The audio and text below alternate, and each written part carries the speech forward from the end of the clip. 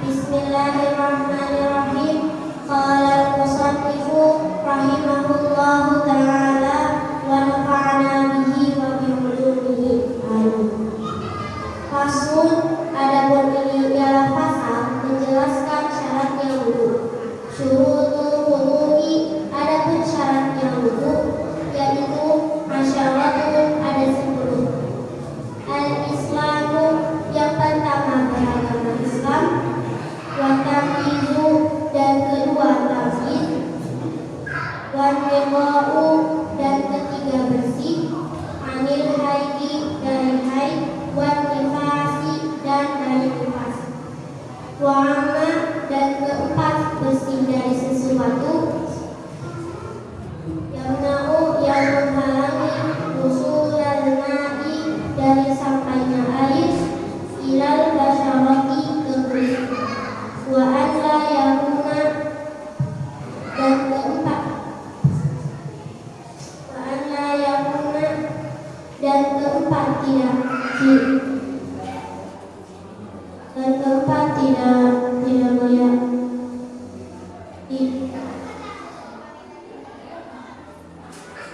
nggak bisa dulu. Lebih atas anggota apa mas sesuatu yughayyiru, yang merubah apa al-ma'a, air. Wal ilmu, dan keenam mengetahui bifardiyatihi, dengan kefarduannya wudu. Wa alla ya'taqidah, dan ketujuh tidak meyakini fardhu, terhadap suatu fardu. Min furudihi, dari kefarduannya wudu. Sunnatan, terhadap sunnah. Wal ma'u, dan ketujuh menggunakan air. Al-tahuru, yang suci. Wa dukhulul waqti, dan kesembilan masuknya waktu. Wal muwalatu, dan ke-10 berkesinambungan. Tidak ingin hadasi, bagi orang yang tak ingin hadas.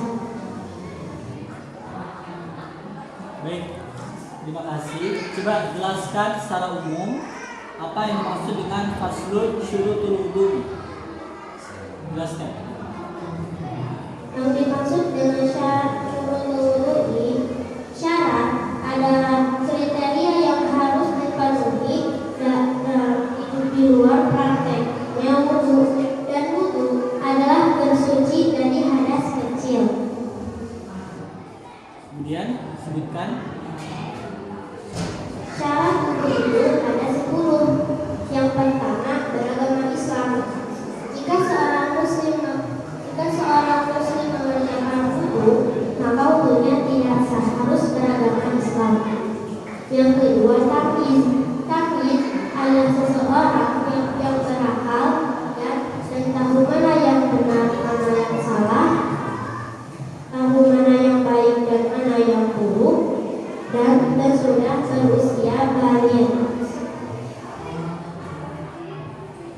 Yang ketiga, suci dari haid dan nifas. Haid adalah keluarnya darah dari alat kelamin perempuan, bukan karena penyakit atau melahirkan. Dan nifas adalah keluarnya darah dari alat kelamin perempuan karena melahirkan. Jadi jika ingin berwudu harus suci dari haid dan nifas. Yang keempat, bersih dari sesuatu yang menghalangi sampainya air ke kulit. Misalnya di anggota wudu itu ada dipek, pulpen, tinta atau spidol yang terhalangi untuk mengalirnya air, maka wudunya tidak sah, harus dibersihkan dulu sampai benar-benar bersih. Tapi jika sudah berusaha membersihkannya tapi susah juga untuk hilang, maka boleh berwudu.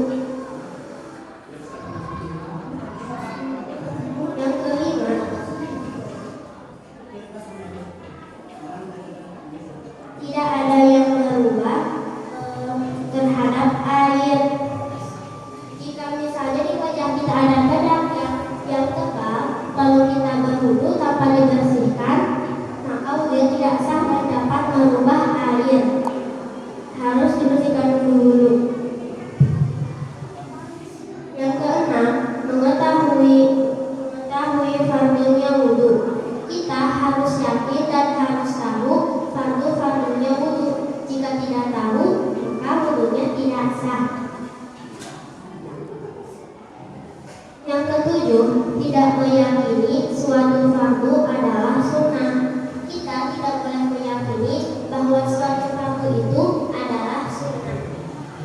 Sunnah juga jangan dianggap fardu.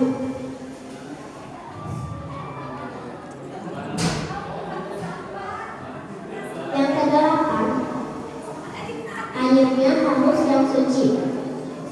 Air itu harus yang suci, tidak boleh air yang rusak dan tidak boleh air yang sudah terkena najis. Jika ada air yang kurang dari 2 bulan dan sudah terciprat oleh najis, maka airnya sudah tidak suci, harus menggunakan air yang suci.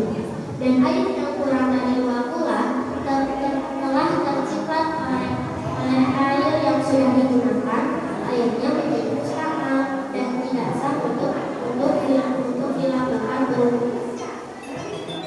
Yang kesembilan, yaitu masuknya waktu. Yang dimaksud masuknya waktu yaitu masuknya waktu sholat ketika harus berwudu saat waktu itu. Yang ke-10, berkesinambungan bagi orang yang berilmu hadas. Berilmu hadas adalah terus-menerus berhadas, seperti wanita yang istihadah. Yang ke-9 dan yang ke-10 ini khusus bagi orang yang berilmu hadas. Yang berilmu hadas itu pada waktu sholat itu harus segera berwudu, tidak boleh setelah mencuci wajah lalu kemana dulu lalu berwudu lagi. Itu harus langsung. Baik, terima kasih penjelasannya bagus. Pertanyaannya yang pertama, ada kalimat wa amma yamna'u usulal ma'i ilal basyarat. Bagaimana kalau misalkan anak-anak sekolah sekarang suka ada jajan permen karet? Ada tuh permen karet ya. Permen karet itu kan biasanya ada hadiah tato yang mainan. Terus suka ditempel di tangan. Kira-kira sah atau tidak? Tidak. Kenapa tidak? Karena ada yang karena terhalang sampainya air ke kulit. Jadi bagaimana kalau tatonya sudah nempel? Harus dibersihkan dulu sampai menghilang. Sampai hilang baru bisa baru bisa wudu. Kemudian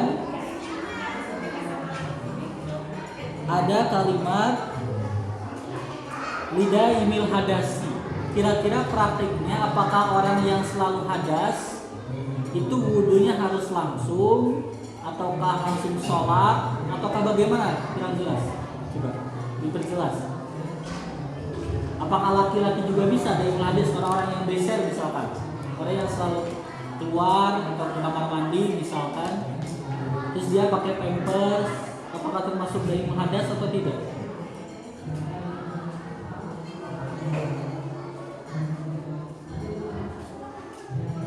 Termasuk. Jadi bagaimana kalau misalkan seorang laki-laki yang beser, kemudian dia memakai pampers, itu wudunya bagaimana?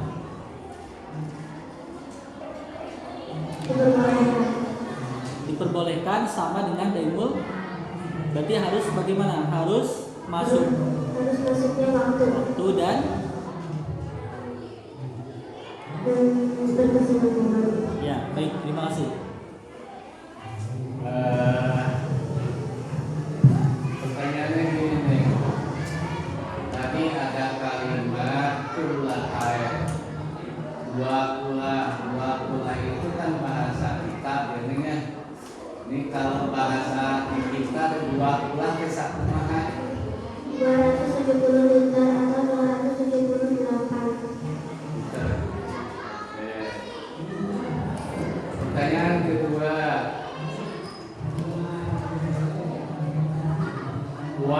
dilihat ke bacaan wan nakoku anil haidi. Ya ketemu? Wan nakoku anil haidi. Anil haidi ada an. Nah, an itu termasuk dalam kategori kalimat isim, kalimat fi'il, atau kalimat huruf?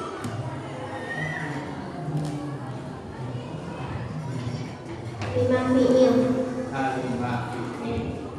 Tahu nggak fi'il itu punya tanda, punya ciri-ciri kalimat fi'il? Tahu nggak ada berapa ciri kalimat fi'il? Tahu. Apa aja sebutannya? Fi'il itu kata kerja. Enggak. Kalau ada kalimat fi'il, kan fi'il itu punya tanda-tandanya, isim punya tanda-tandanya. Nah, fi'il kan ada berapa tandanya? Sebutkan.